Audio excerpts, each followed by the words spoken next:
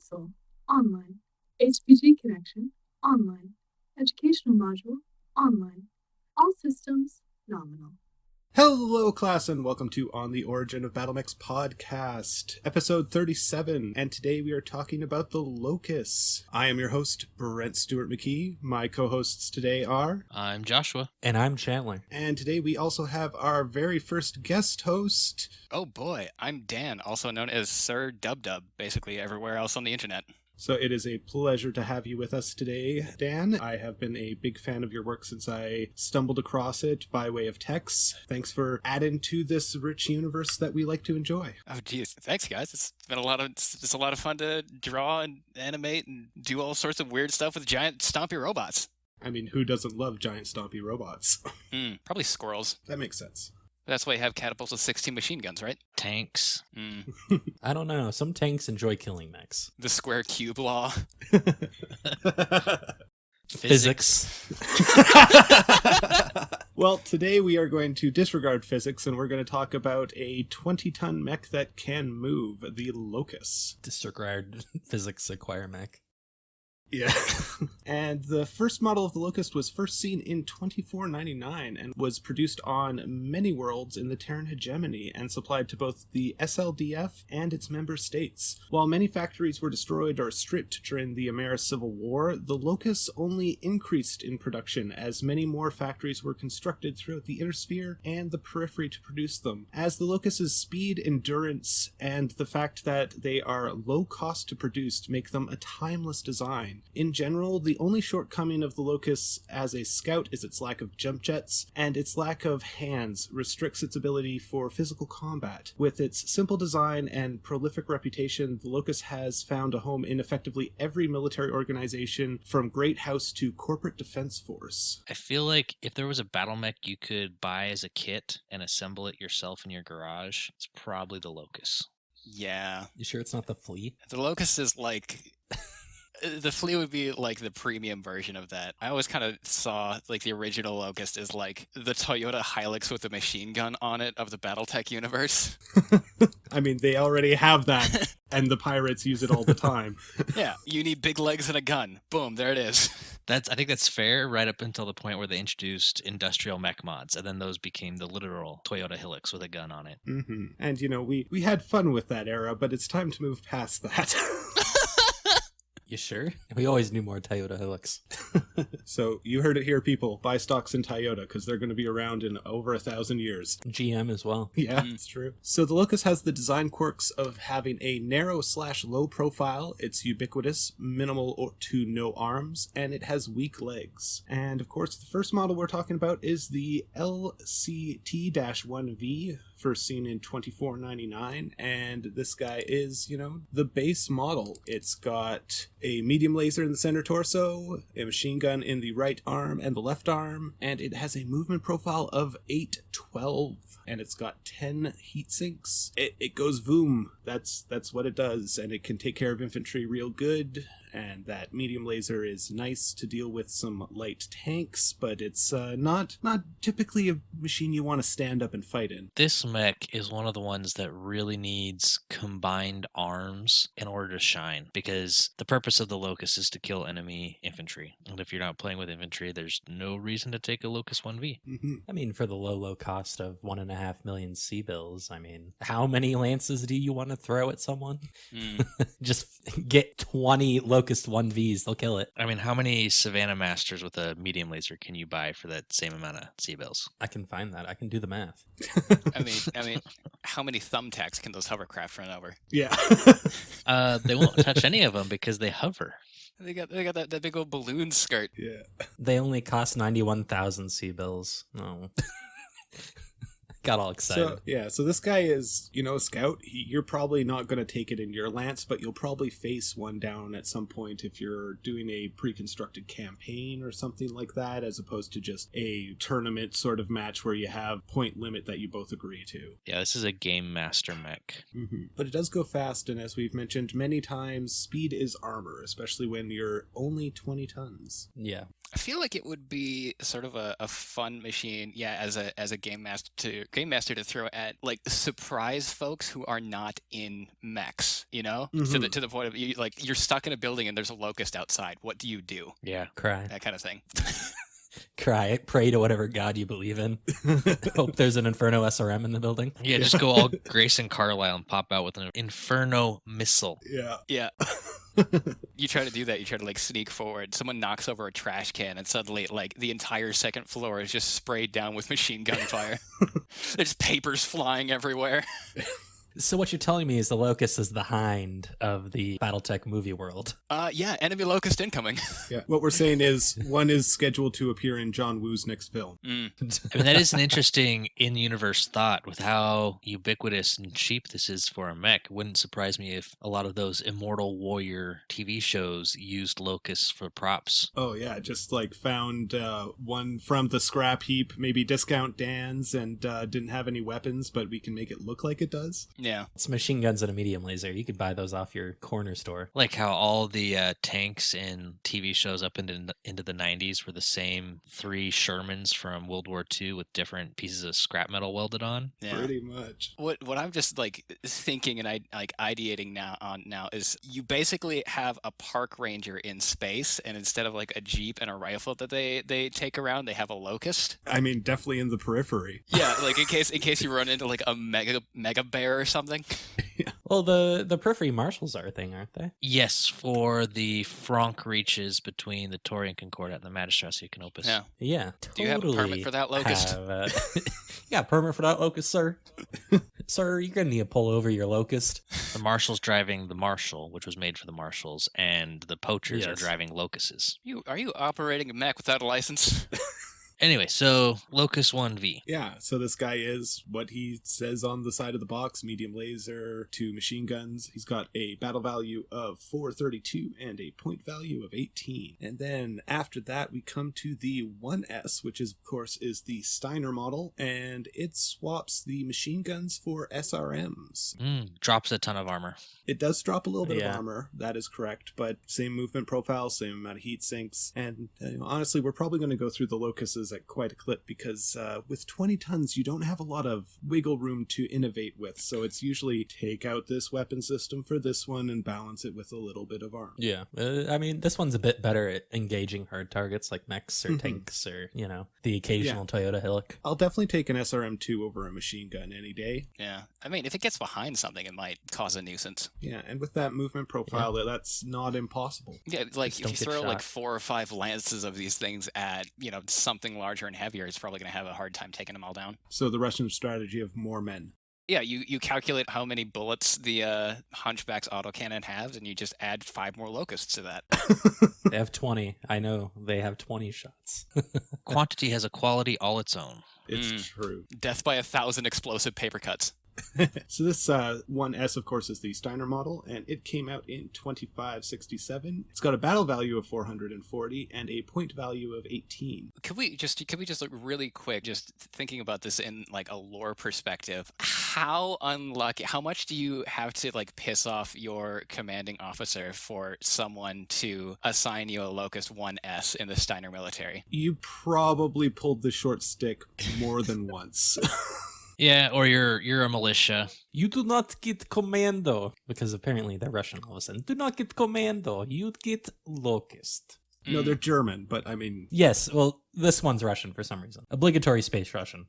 It's a big space country. It's fine. Yeah. Space Russians in space country were okay.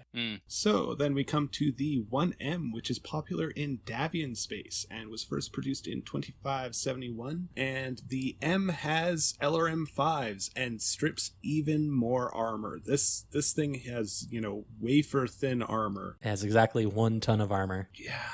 This one is super confusing because it's M, which should be Merrick. It's LRMs, which should be Merrick, but it's the Davian one. M for missile. Yeah, that is the easy way to remember the Locust is the S is for SRM and the M is for LRM or missile. And the E is for energy. This one's really annoying to deal with just because it has such a long range. You can't get your mitts on it. Mm-hmm. It looks like its armor consists of quote, don't get shot. Yeah. Yeah, no, it's just papers that tell you not to get shot. If you're going to have to be driving an early Locust, I think you want to drive the M Yeah. because you lose another 2 tons of armor, but the 1V had 4 tons tops. It's not like it's going to save you. Yeah. And you're fast and you've got those LRMs, so you can use intervening terrain. You can send whatever sucker drew the S out to spot for you and just hang back and try to avoid incoming fire as much as possible. Yeah, you just definitely don't want to be working alone in this guy. You want to be working with a lance mate at least. Yeah. Don't get shot by anything larger than a small laser because it'll go straight through. Yeah. And heaven forbid you're facing clan tech.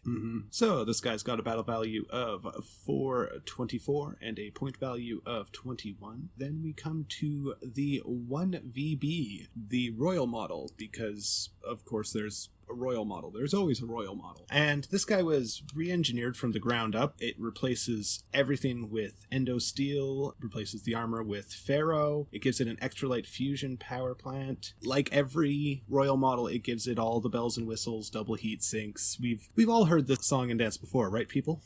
Yep. Not sure how much good all that does on this guy. I mean, it upgrades its firepower from being mildly anemic to being a real threat. 2 medium pulse lasers, 2 small pulse lasers, split between the arms, and then you still got that center torso medium laser. This thing will punch straight through the back of a mech if you let it. That's true. Still keeps that movement profile of 812, so it can still get around behind things if someone's not careful. Got an XL engine now. Yeah. And it is interesting to note that on all of these Locusts we've talked about so far, all they're really doing is swapping the arms. This is one of the most modular mechs we've seen so far. What this royal model strikes me as is a military that has such an enormous budget that they don't know what else to use it on, so they decide to upgrade the smallest, weakest, lightest, cheapest thing they have. I mean, you're not wrong. Yeah, I can't imagine something this, like, delicate surviving past the Succession Wars very much. Yeah, I mean, even if one did survive some pretty heavy battles, it would slowly waste away because you have no way to replace the endo steel or the ferro. You know, like, it'll slowly just wither, as so many mechs during the Succession Wars do, sadly, because there's some really neat designs. There's some real cool gems that just kind of disappeared, and since so much time had passed since they disappeared to when they could be reproduced, really wasn't any incentive to revitalize them, and so they just became historical notes. If you're in one of, like, a later Succession War, like, house unit, do you look at this Royal Locust and decide to deploy it in the field, or do you just strip it for parts and put it on more survivable machines, you know? Strip it for parts. Or is it immediately requisitioned for the throne planet for the Royal Guard? Yeah, you never see this thing. No, I think it's stripped for those medium pulse lasers and small pulse lasers, and the XL fusion engine for one of your fusion engine VTOLs with a Beagle active probe. So it's got a medium laser in the center torso, in the right arm a medium pulse laser and a small pulse laser, and then in the left arm a medium pulse laser and a small pulse laser. It's got 10 double heat sinks, so it's handling that heat. It's neutral unless you get hit by something or operating in a hazard environment. Yeah, but generally all of these have been very heat neutral because, I mean, there's only so much you can put on it. Yeah, the S, for example, is 7 without its movement because the SRM2s just generate 2 heat and the medium laser generates 3. With 20 tons, there's not a lot you can do. And it's got a battle value of 647 and a point value of 23. And cool, nice, shiny toy, but definitely not something you're going to come across very often on the battlefield. Would like these a lot more if there was some sort of game mechanic that let them really spot and scout, not just spot for indirect fire, but something that would let you trade their initiative position to somebody else or provide a defensive bonus for somebody else by calling out targets. Just some sort of mechanic that would actually make their scouting role really useful. It feels like the sort of machine that you would include for more like a narrative reason than any, like, practical mechanical one, you know?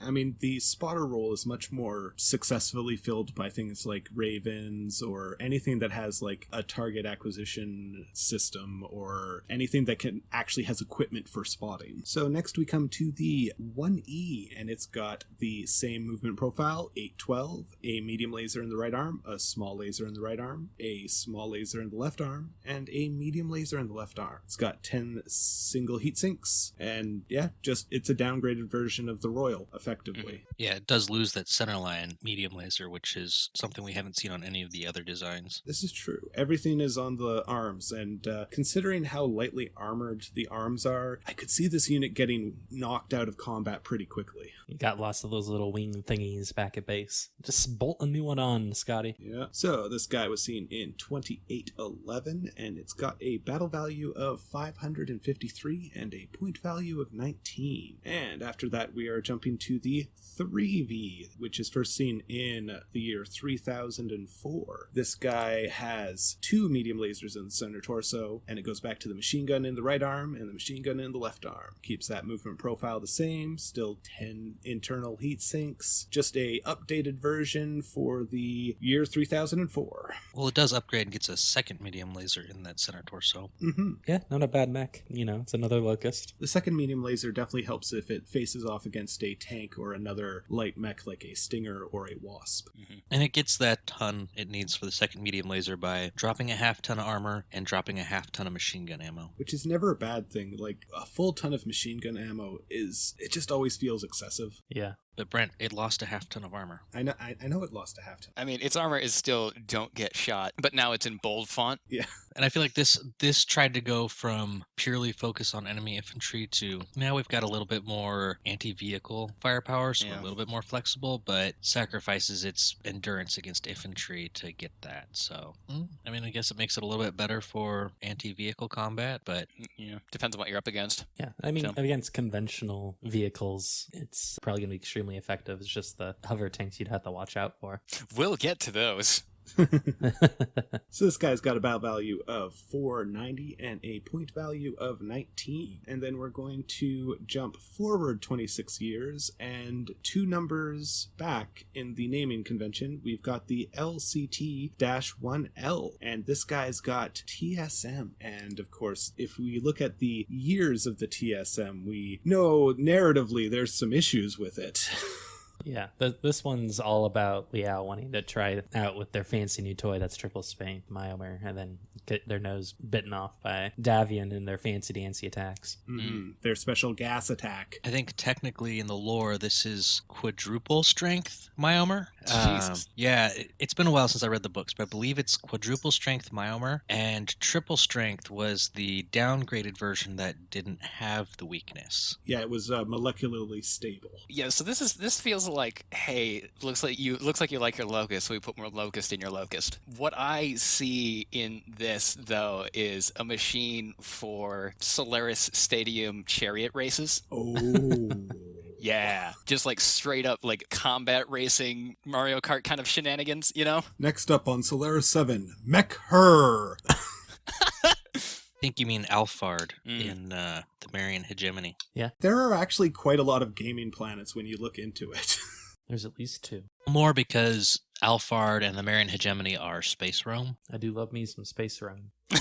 So yeah, this guy's got a movement profile of 812, but with the TSM on, it's got a 914. It's got a medium laser in the center torso, a machine gun in the right arm, and a machine gun in the left arm. It's got a little bit more armor than the 3V, so bumping up a little bit, which is always nice to see, and still keeps those 10 heat sinks, and it's got the full ton of machine gun ammo. So this guy has a problem with that TSM. He has to turn off all his heat sinks. Yeah. Yeah. And it still takes him 2.5 rounds. It's extremely difficult. No, so he's just in a lance with a fire bee, and the fire bee shoots him with the Inferno ammo, and he's good to go. This one screams Liao wanted to try out the new toys. I could see like you put 5 pilots in this thing and you send them around a racetrack, and you have to like strategically time when you actually like hit the nitro, basically. Yeah, the nitro is just turning off your heat sinks. Yeah. Oh man, like when you actually like hit the button for it, like they replace the machine guns with flamers that just shoot out the top and it goes faster. We call those afterburners.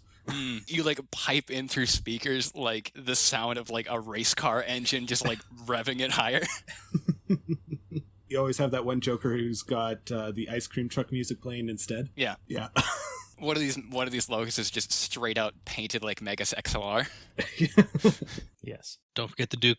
So this guy's got a battle value of 474 and a point value of 19. And then we hop back over to the 3D in 3049. And we also hop back to the proper naming convention for D for Davian. This guy's got a movement profile of 812, an LRM-5 in the right arm, an LRM-5 in the left arm. It's got ferro armor, endo steel, and 10 single heat sinks. So not super thrilled about losing that medium laser, because you always want to have that to rely on if anything gets close, but it definitely helps address the armor issue of the 1M. Yeah, it's just a new upgrade of the 1M. And here you get a little more salvageability with the case, and you're focusing that pilot to stay at range. There's no temptation to run with the medium laser. So this guy's got a battle value of 436 and a point value of 16. And then we go across the inner sphere to the 3S, also in 3049. And of course, the 3S is the Steiner version. And this guy upgrades to Streak SRM2s in the right arm and left arm, and a medium laser in the center torso. Keeps that traditional 812 movement profile, and still has the 10 heat sinks. Does also add case for the ammo. And ferro and endo steel. A very solid upgrade. Yeah. And like the 1M and the 3D, it has more armor on its head than in any other location. It's true. Pilot survivability is important. Takes a long time to train a pilot. Does the Locust have an ejection seat? Doesn't say it doesn't, so rules-wise, implicitly it does. Ejecting. I mean, it doesn't have a roll bar, so we assume so. What happened to kill the meat, save the metal? The pilot's replaceable, the machine isn't. Well, I mean, this is kind of on the cusp of that turning point from when the Inner Sphere went from having the mech warriors being knights to being fighter pilots. Machines are a little more replaceable and upgradable, and the pilot is what is important. Whereas in the previous Succession Wars, it was the machine's important, and, well, that guy died, but he's got kids, right? Cheaper to make them than to train them. God, could you imagine being in the family that inherits a Locust? Thanks, I hate it. Thanks, Dad. Could be worse. You could get a Hornet. It's true. So this guy's got a battle value of 483 and a point value of 20. And, the streaks are nice. The fact that they're twos. This guy is not hurting for heat dissipation, and he's also not hurting for ammo because a ton of SRM2 is 50 shots, and that's going to last you a long time. So Something else is going to give out before that ammo does. yeah. You think about it, that streak upgrade is a far more massive upgrade than it would be for a lot of other mechs. It's true. Because suddenly, every time you successfully fire, you hit with both missiles. You're probably doubling your damage in a lot of situations. It's true. It's not a bad thing. It's a interesting thing is more at what I'm getting at. Our next mech for today is the 3M, and it keeps the movement profile the same as the others. It's got a medium laser in the center torso, 2 small lasers in the right arm, anti-missile system in the left arm, and 2 small lasers in the left arm. Still keeps those 10 single heat sinks. It's the Merrick design, shoots missiles out of the air, and that's good, because that's probably what's going to be chasing you down the most when you have a movement profile of 812. We'll be chasing after you like a swarm of bees. Beats in my cockpit. I find this one interesting because it's one of the more useful ones, I think, because you can throw it in a lance of mechs for cheap AMS. Well, okay, never mind. I keep getting my Mech Warrior Online crossed with my classic Battletech. Well, in fluff-wise, cheap AMS. Yes. I'm more inclined to believe the Mech Warrior Online system for AMS is much more realistic in how it would operate. And also, the Advanced 3062 has the AMS from other mechs protecting others, creating an umbrella, effectively. Yeah, and hey, the AMS brand is named after a parasol, so, it all makes sense. There you go. So, this guy's got a battle value of 522 and a point value of 20, and he was first seen in 3050. That is going to wrap it up for the models this episode. We are going to carry on with part B later on, but right now we're going to switch over to pilot profiles. And today our first one up on the docket is mech warrior Michael Furman. Michael is considered to be an exemplary light mech pilot and has several accolades and notes on his record that many would consider impossible to achieve, such as taking down a crusader with the Locust. He is a member of the Amphibian Light Assault Group's 2nd Battalion, and Furman has been in heavy combat multiple times, especially during the 4th Succession War, where they served on Galator 3 and New Aberdeen. They are one of the few survivors from the first Galador campaign, and Furman's knowledge of the planet was insurmountably useful when they returned. His scout efforts have also been incredibly useful during the capture of New Derry and on New Aberdeen. The first further benefited from Furman's efforts when he led his lance to the militia's field headquarters. Next up, we've got Lieutenant Martha Maveries. She's famous for stepping on small hovercraft and other vehicles. This was first noted when her unit was attacking Shoal on the planet of Alexandria, and it's earned her mech the nickname the Stomper, which is kind of amusing because her unit is the 32nd Lyran Guards, and they're known for scouting orphanages by stomping through them. I don't know if anybody's watched those, but it's funny. I swear. Martha. What was that name you said? Martha Maveries. And the other kind of significant feature or identifying feature of the woman herself is she's heavily scarred from some childhood accident that she doesn't talk about. Being Batman and Superman's mom, probably. Or some, unfortunate incident with, a hovercraft fan. Oof. And that's why she stomps on them in adulthood. Mm-hmm. Explains everything. Good job, detectives. Childhood trauma rearing its head once more. I'll take childhood trauma for 100. All right, the next on our list is mech warrior Savannah Johnson. She is famous as she would become the namesake of the Savannah Master hovercraft, and she would pilot a Locust in a series of mock battles against the newly designed hovercraft. Unfortunately for her, it kept beating her, and she eventually lost her cool and snapped and then turned it into a live firefight, where she also lost, because you gotta get the story somewhere. And unluckily for her, she became the name for a vehicle she probably ended up hating. So Savannah Johnson is why you now have the Savannah Master as a hovercraft. The more you know. Her descendants went on to keep stomping all over it. You have to wonder at her mental stability when she keeps losing in training or non-live fire incidents. Why would she think going weapons hot would change the situation? It's like she's a Locust pilot, right? So she's used to being the most annoying thing on the battlefield. She runs into something somehow even more annoying than she is, and it's like you just can't handle it. You can't wrap your mind around it. In my guess is she also probably thought she could get a nice cheeky hit in on the drive system and win that way. Yeah. Because you can't get that in the mock battle. Nope. The computer can only account for so much. Huh. So next up we have Tarkin the Arkab Nahib. I apologize for pronouncing that. I'm doing my best. Now, he is a legend that is tied directly to the 12th Vegan Rangers, and we have covered its founder and commander in a previous pilot profile. Al-Nahib is one of the few individuals to survive the destruction of the 3rd Akab Legion during the final battles of Navu Tulsa. There he found and eventually joined the Vegan Rangers. Tarkin is described as a wise and sardonic man, a good counterweight to the Rangers' temperament. He pilots a Locust known as Ariram. Don't look at me, I don't know. And he's the commander of this unit? No, he would be like the second in command, and he balances out the commander, who is brash and headstrong. Can we just take a moment to appreciate that someone in a position of command willingly decided to keep piloting a Locust? Maybe it was all that was available. It was during the 3rd Succession War. Sometimes you just need your Locust. See, the secret is that he changed it to where it has a mini fridge in the cockpit, and so he didn't want to tell anyone.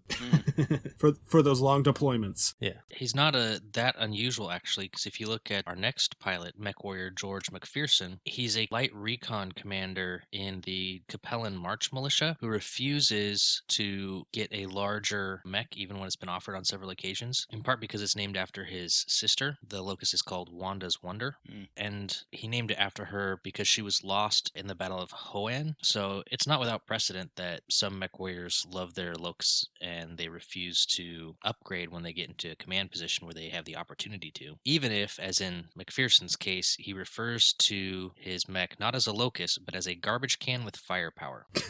Oh, I love that. I feel I like thought that was an urban mech. I know, I was going to say, I feel like he's spiritually an urban mech pilot and just confused. He's an impatient urban mech pilot. Yeah, he wants to go fast, and so he's compromised. And it's interesting, he's known not so much in the Federated Sons or even the Capellan Confederation for his fighting skills in the garbage can with firepower, but he's known for it in the Free Worlds League. So I figure this guy's somehow got a small space TikToks following in the Free Worlds League, and nobody else knows who he is. I mean, I'd chalk it up to the Free Worlds League just being the Free Worlds League, and that's about it. They're probably like, we got really bored, so we started sneaking in on the Capellan March military transmissions, and then we started selling it to the populace because we needed a quick buck. I mean, a good story is a good story. Yeah. Space Twitch in the Free Worlds League. Space Twitch. This just in, Free Worlds League is Twitch. All right, so next up we have Lori Calamar, who was originally affiliated with a group of Oberon Confederation mercenaries / pirates / probably some other lovely words people would like to say about them. She piloted a Locust, and they ended up ambushing and destroying Carlisle's commandos on Trilwyn in 3024, and she ended up being captured by none other than Grayson Carlisle, and she would help form what would become the Grey Death Legion, and she would actually end up also being the XO of the unit, and lo and behold, also his wife, because nepotism is a thing, but also not a thing, because she knows what she's doing. I definitely feel like that's a conflict of interest, though, having your XO be someone you're in a relationship with, so bad on you, Grayson Carlisle. It is the Battletech universe where blood rights mean everything. Yeah. And you can't have functioning democracies for more than maybe 15 years before they get smashed by the clans. Anyway. I'm not salty. Yeah, you're not bitter at all. F in chat for free Russell Hogg Republic folks. Never forget. You mean the Dominion? Yeah. We will win that second football game. We get our own elementals. You know what? This is not a terrible segue to go to our data dive this week, and we're not actually going to have so much a data dive as a little discussion about Dan and his contributions, the things he's done, how he came to the universe, what he loves, what he enjoys. We're just going to put him in the hot seat and grill him real hard. Like a mech warrior in an Inferno missile salvo? Yeah, just like get a big spatula and make sure you flip every couple of minutes, get those nice grill marks in. Mm-hmm. Bit of salt and pepper down the hatch. There you go. Well done, medium well. How do you like it? Depends on how many Infernos we use. Crispy charcoal. Yeah, pretty much. I guess why don't we start at the beginning, and how did you first discover Battletech and all the stompy robots that we enjoy? So my first exposure to Battletech actually came in 6th or 7th grade, in the middle of middle school. This is early 2000s.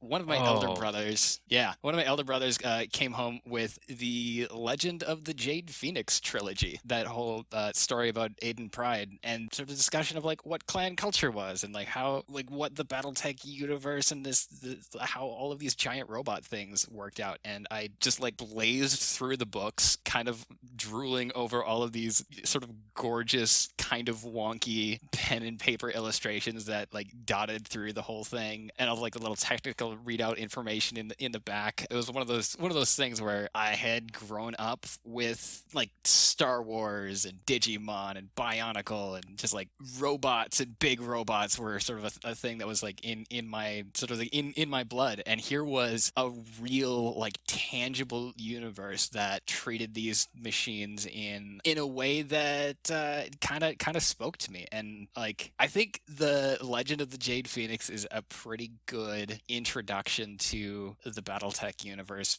simply for the case that it introduces the sort of complexity and story of what's going on in the galaxy in the sort of personal journey of one hero's like rise and fall and rise and fall and rise again to some sort of glory, ultimately coming down to sort of like a tragedy in the things that he had to struggle with and the things that basically make clan society tick and how it sort of breaks every so often. Also, Joanna is by far my favorite BattleTech character, bar none. She's great. Yeah, she's absolutely great. Inner Sphere for life, but when you have a clan warrior she's so old and she's just too angry to die, and she just keeps beating the out of everyone that keeps trying to do the job, and she can't, and she's never won a blood name, the one thing that like clan society actually dictates that is like an important part of like what you need to be as a warrior. She's never done it, but she's accomplished all of these other legendary things. She's in the remembrance for taking out the Black Widow. And right. And she's also tried to get a blood name a couple times. Like I recall, and she just has bad luck every time. Yeah, she's always like second or third, and she just doesn't quite make it. Yeah, and like the last like known mention that I can remember of her in the books is like just going back to the place she started at, beating the out of cadets in some sort of training planet, and we think like that's her sunset years, and I'd like to think she's continuing on to this day, just like being old and bitter about it. I'm gonna have to reread those because I can't remember if I read the whole trilogy or just one of the books, but that was one of my early BattleTech experiences in the early 2000s. And I have to say, I don't remember being particularly impressed by the story at the time. I was way more interested in the line art of the mechs in the back of that book. Well, I think that the trilogy overall really holds up strongly because the first book, you have the dichotomy of Aiden going through the training as a Trueborn and then going through it as a Freeborn, and that's quite interesting, and it shows you a lot about clan culture. And then you have him trying to get a blood name, which shows how clans deal with internal inconsistencies, because yes, he violated rules, but at the same time he's won the trials, he has proven himself, so like how do you put that square peg in that round hole? And then in the third book you get the actual invasion and what would become a heroic sacrifice and this standing tall moment of Clan Jade Falcon, but when it's given to you, it undercuts all the narrative that comes after it. Like his accomplishments there shouldn't be undersold, but he was also like hung out to dry. Yeah, it is an analysis of an introduction and analysis to clan culture and how it works and how it breaks and what happens to the things that slip through the cracks, essentially. Mm-hmm, yeah. Would you say it's a good setup for what happens with Malvina a century later? To understand Malvina, you have to understand the culture that she came from, and the culture she came from is not exactly the same as the one that Aiden grew up in, but it is evolved from it. Exactly. So, to know where you're going, you have to know where you've been. So that line art, you mentioned that kind of inspiring you. Is that how you got into being an artist? Pretty much, yeah. I got introduced to BattleTech basically at the point where I really got into drawing and making art and making stories with that art and realizing, oh, this is really cool. I'd really like to make as much of this as I possibly can before my heart starts beating. Let's just keep at this. So I just have like what is it now, like almost two decades of just sketchbooks full of starting out with really blocky half renders of like atlases all the way up to things that I'm doing now, which is like full on like digital painterly illustrations of these machines like existing. And BattleTech has been the thing that I keep like bouncing back to as the sort sort of art and the kind of art that feels comfortable and is also like generally accessible by like a larger, wider audience. So I like bounce between making a bunch of my own stuff and like coming back to giant robots and BattleTech specifically, and then going back to my own stuff and then back to BattleTech, and like bouncing back and forth between the two. There is something really nice and solid and approachable about the BattleTech universe that makes it great for being that kind of touchstone. And yeah, I think also the fact that it isn't a singular creation adds to that. We have, like, just in the official canon, so many authors who have, you know, slightly different perspectives on things, and it really feels like a universe where we can add our voice to it, even if it can't ever become canon, you know? Absolutely. Speaking of adding your voice to the collective, the two videos of yours that I absolutely love are MechWarrior Revival and Freehet, the MechWarrior story. There's so much to talk about in both of those, and they're amazing, but the big points I'd like to hit is, like, not only did they resonate with me, because, like, not only does the BattleTech universe resonate with me, because it's one of those universes where you can always feel like you're fighting for something you've lost, which is a core sort of human feeling and experience. But one of the high moments, I really enjoyed the Freehet, and then the moment when she turns around, you see that tear in her eye, and she picks up that rock. I was like, oh, okay, I'm in love with this character. I just like, I don't care what happens to them. I want them to survive. I love them. You know, you just you pick up that rock and you fight. Yeah, that was exactly what I was sort of going for that, and sort of calling on the narrative push that I feel is the big part of the Free Rasselhag Republic existing for that short amount of time, and striving to, it's a nation that strived to be a little bit better than what the universe allowed it to be, if that makes any sense. Yeah, no, I can get that, the wanting the idealism to come and flourish, but you know, having that external pressure always preventing it. Yeah, so and obviously that was like, that kid throwing a rock at a dragon is going to be the same person that leads some sort of like guerrilla operation against some sort of like a backwater world that has been hit by the clans really hard. And this is actually like leads into what the story of Revival was ultimately supposed to be. The BattleTech stories that really resonated with me the most weren't the large-scale courtly dramas or grand strategies of like the entire galaxy burning. The things that resonated with me were very simple, focused character stories about one side against another side on a single planet, and having to sort of like strive for that. So that kid ultimately ends up growing up and being the hunchback pilot in Revival, who is basically one of the survivors of the Vanguard invasion by Clan Ghost Bear, and she is supposed to like try to pick up the pieces and fight against this garrison force that had been left on the planet. She's like that whole story's like been tweaked and rewritten over the past 6 years now, as I've sort of figured out how writing works. There's a lot of things that in the original story that were just like, no, that rewrite everything. Basically, that character doesn't exist anymore, and someone else took her place specifically to make the villain of that story just make his blood boil.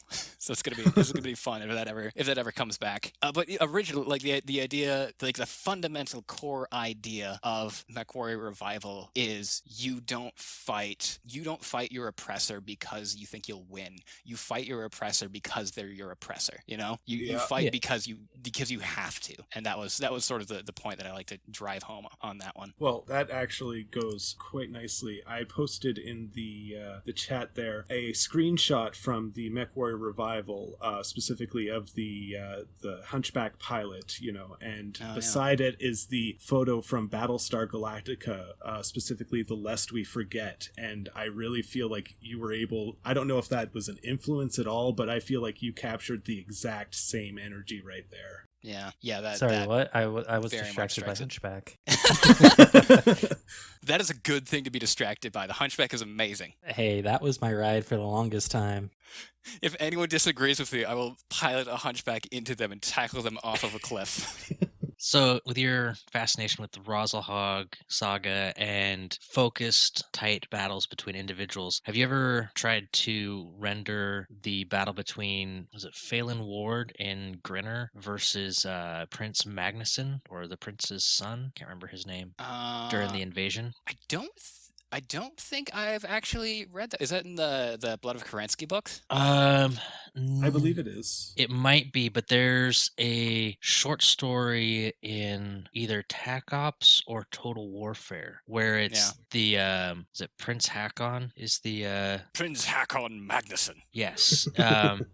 He's just received word that his son was lost to the clans in this battle, and he's been trying to talk to every warrior who was there and saw it and get their different perspectives. And so there's like 3 different versions of the story told from like a tanker's viewpoint, a mech warrior's viewpoint, and someone else's viewpoint. And he's trying to figure out what happened to his son, and did he really act rashly and get drawn out, or was he playing smart and almost won and just got unlucky? And yeah, that sounds amazing. I'll have to take a look at that. That sounds like you found yourself a project. Yeah, one of like half a dozen right now. It's fine.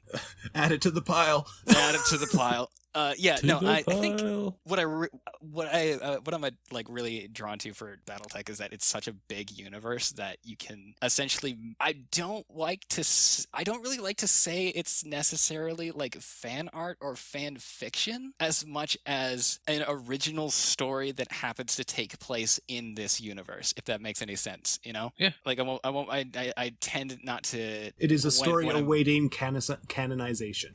Yeah. Yeah, it's like a D&D campaign, but happens to be with giant robots, Just tell everyone you've submitted it to Shrapnel. It's fine. Yeah. Oh, also, by the way, the story, one of them is in TAC Ops. I just found it. It's by Jason Hardy. There you go. What's the title? Glancing Blows. Glancing Blows. The G's a really weird stylization. It tripped me up for a second there. Oh yeah, it's the first one. It heads up the advanced combat section. Yep. So, like, I guess as long as we're like on the topic of the Locust has been probably from the beginning. The Hunchback is great, and the Hunchback is like one of my favorite machines in the universe. But there's something about the Locust and the way it moves and the sort of personality that it has that makes it incredibly fun to depict in visual media, animation in particular. Yeah, well, I've seen the clip in MechWarrior Revival of that Locust running just full bore. That center of mass is way out in front of where it should be if it was standing still. And we haven't really talked about the way the Locust looks in the episode overall, but it's just legs. It's a cockpit and legs, and it's almost got this minimalist bird sort of look. Absolutely. To it. You mean that one? Roadrunner. That would be one. Exactly the one I'm talking about. Yeah. I love the little skid there. That little skid on the pavement. Thank Blake for gifts. Yeah, I might have the let me dig around for a second for the 3D render that I did of essentially the same shot or something really close to it. But yeah, the thing that I really love about the way that the Locust moves is that it is a race car with legs, and it is just like barely holding itself together. Yeah, it's barely holding itself upright. Depending on the art, like the classic art, the lower legs is just a cylinder. It looks like it could get hit with anything and just get cut right through. Yeah, its armor is don't get hit. Yeah. Don't get touch. Yeah. Oh, I love that. I like the scramble. Yeah, the car flipping over there. I like that little touch. Yeah, like the legs just like slipping all over the place. I feel like is just the gyro and the sort of like mech's sense of balance. The computer just like struggling to keep this thing upright, and it just barely does so. So that's a neat thing about the BattleTech universe that I really love. We have these machines that are 20 to 100 tons, and obviously the things like the Awesomes and the Atlases and all of that, they're not going to be moving very quickly, and they're stompy and stuff. But you have things like the Locusts that are 20 tons, and they just move, and it doesn't feel incongruous with it. Like it still has that weight, with the grinding up of the pavement and the throwing things to the side if it gets knocked into them. Yeah. But you still get that rush of, I'm going fast. They're like different breeds of dinosaurs. Yeah. That's actually not a terrible analogy. They're like This is different in, breeds folks, of next to giant dinosaurs. pilotable dinosaurs with guns. Yeah. Well, hold on. Is this Ark now- Survival? I'm watching these GIFs you're posting up, and suddenly I want to see a locust painted like Roadrunner being chased by a savage coyote. One of Or the a projects coyote. that is on the docket. Yeah, one of the projects that's on the docket is Locust fighting a bunch of elementals and just stomping on them like a secretary bird. I mean, if you can keep them from jumping on you, that seems like a good strategy. Yes, I'm working on a new sort of storyboard / animatic project at the moment. We're about 2/3 of the way through the runtime. The last third's probably going to be kind of big and crazy, but our little spindly friend is absolutely making an appearance, and it's gonna be a lot of fun. I look forward to seeing that. We're going to be hopefully using the Locust in unexpected ways. Jump on Atlas Well, head. I look forward Atlas to go seeing boom. what it. Yeah, exactly. Now I'm just picturing, like an Atlas walking down, an urban center, and a Locust literally running from the top of one building onto the Atlas's head and then onto the other building. Yeah. With the way how big BattleTech is and how crazy some of the pilots are, I'm sure someone's tried it. Yeah. Oh, absolutely. I'm sure that car park can handle 20 tons. Well, and one thing, I don't think we've mentioned it yet when talking about Battlemechs and their movement profiles. 812 is 80-something kilometers an hour to 120-something kilometers an hour. So for our American friends, that tops out at about 80 miles an hour at run speed. But that's over most terrain types. Yeah, That's cross-country. That's 20 tons of metal just hurtling down a canyon or something, which is it's ridiculous. Well, and I mean, think about taking like your 4-wheel drive pickup truck through not paved, not crazy hilly stuff, but just through like a pasture or a bunch of fields, doing 80 miles an hour. You're going to be going 20 at max, 20 miles an hour. And that you're will gonna feel be fast. shaking yourself apart. Yeah. Yeah. And you're going to feel every bump. Can confirm, have done it. Don't do it. Granted, it wasn't a pickup truck, but still. And I mean, even, on concrete, on asphalt, you get a little bit of snow, you get some ice on there. I live in Calgary, Alberta. People spin out all the time.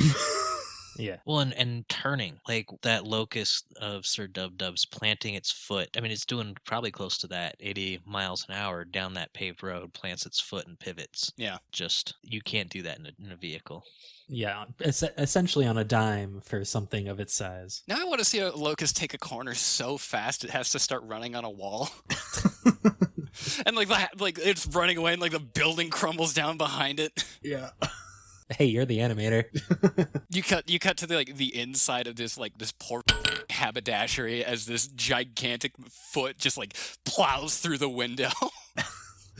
You just see these two or three coworkers by the water cooler, looking out the window by the concrete pillar. You see the foot smash the window and like the feet, toes grapple on each side and then disappear. And they're like, just standing there in shock as the wind is blowing in their faces.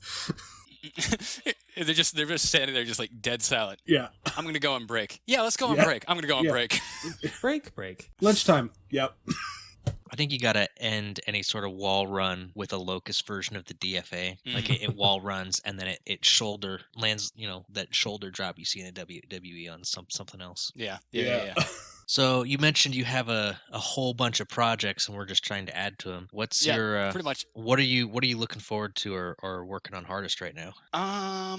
Right now I'm actually split between like most of my sort of daytime energy right now is going towards just doing commissions for folks, which has been honestly really, really encouraging to have throughout the sort of madness that has been this year and all of the sort of catastrophe and chaos that fell out around that. So yes, right 2020 now, has been a year for everyone. Yeah, right now I am in the middle of production for a storyboard project that I probably can't say anything else about. I think doing world building for a video game project that I also can't say anything else about. And finishing up the details on an illustration for a Wolverine pulling a clan mech apart, just like tearing its limbs off, and you get a close up of the pilot screaming in German, "Yeah, I'm making the pretzels." Doing artwork for the Mackie episode of Tex Talk has been absolutely fantastic. Tex is like feels like a really warm and genuine person, and really cares about the work that he's doing and the people that are making it with him. And like I got a message from him saying, yeah, for this last shot of the Mackie test, I need you to, and I quote, have the Mackies stomping on a tank and flexing like Macho Man Randy Savage, just styling. Okay, let's do this. I mean, that is not bad art direction. Yeah. Yeah, so it's been a lot of fun. Between that and sort of very slowly plinking away at this new animatic. Also in 2020, I finally, before all of this sort of nonsense hit, I'd finally been able to equip myself with a computer system and access to digital sound libraries that are live recordings of orchestras. So I have been getting back into like scoring my own films and just like writing music for people's D&D campaigns. I think today or yesterday there's a cockpit mod for MechWarrior 5, like a sound mod. I've got like little bits of like tense orchestral music that might or might not show up and play in the middle of missions there. So yeah, that's been a lot of fun to finally delve into and hear the orchestra that's been playing in your head like actually play at your fingertips at a keyboard. It's been a lot of fun. That sounds cool. I think you can never undersell the feeling you get when you take something that's been in your mind and make it in a real way something that someone else can see and experience. Yeah, that's been it's incredibly rewarding, and the response that I've gotten both like publicly and like view counts and comments and like personally of like people having conversations and like coming on and like having talks like this in these sort of like small scale like mediated speak your mind kind of experiences. It's been incredibly uplifting and like really good for the old mental health, which let's not beat around the bush. It's not exactly been. Chandler's laughing because this is the year of Chandler Ultra 20. Yeah. 2020. I'll be straight up. The reason, like all the stuff that you see in Freehet was from 2014. That was a project that I basically had to just stop working on because at the time I was doing 10-hour graveyard shifts from 11 p.m. to 9 a.m. with an hour-long commute each way, and then trying to finish an animated movie on top of that. That hunchback sliding and firing animation that you see there was putting the model together, texturing the model, rigging the model, animating the model, compositing it into Flash, doing all of the effects animation like that. What you see there is like a full-time's week worth of work. So it's like that's at least 40 hours worth of work on top of doing 12 hours on a graveyard shift. Like my brain just could not handle it. It just melted whenever I understand completely. My educational background is in mechanical engineering, and I have a diploma as a technologist from my local college back home, and I was working 32 to 40 hours a week at Blockbuster. Remember when Blockbuster was a thing? Oh yeah. And then also doing graveyards at a 24-hour XXX video store. And then going to school. Yep, that sounds like not the best thing for your health. No. Yeah, I will say it is quite interesting to be sitting behind the counter at 3 a.m. and watching the Muppets and have someone walk in and do a double take. Yeah, sounds about right. Yeah. Well, I can say for certain that you do have one bit of artwork that is coming out that is very exciting because it is the piece I have commissioned for you.